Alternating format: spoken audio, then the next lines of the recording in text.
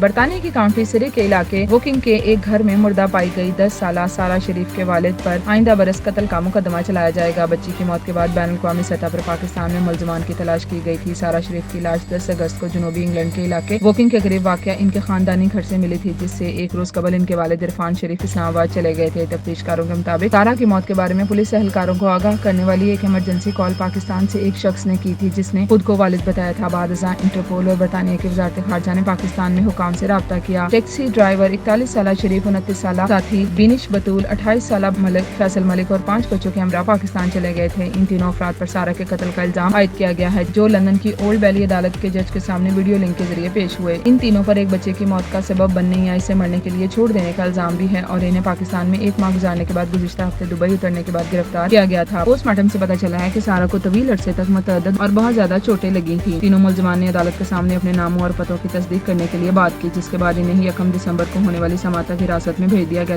توقع ہے کہ مقدمے کی سماعت 2 ستمبر 2024 کو شروع ہوگی اور 6 ہفتوں تک جاری رہے گی۔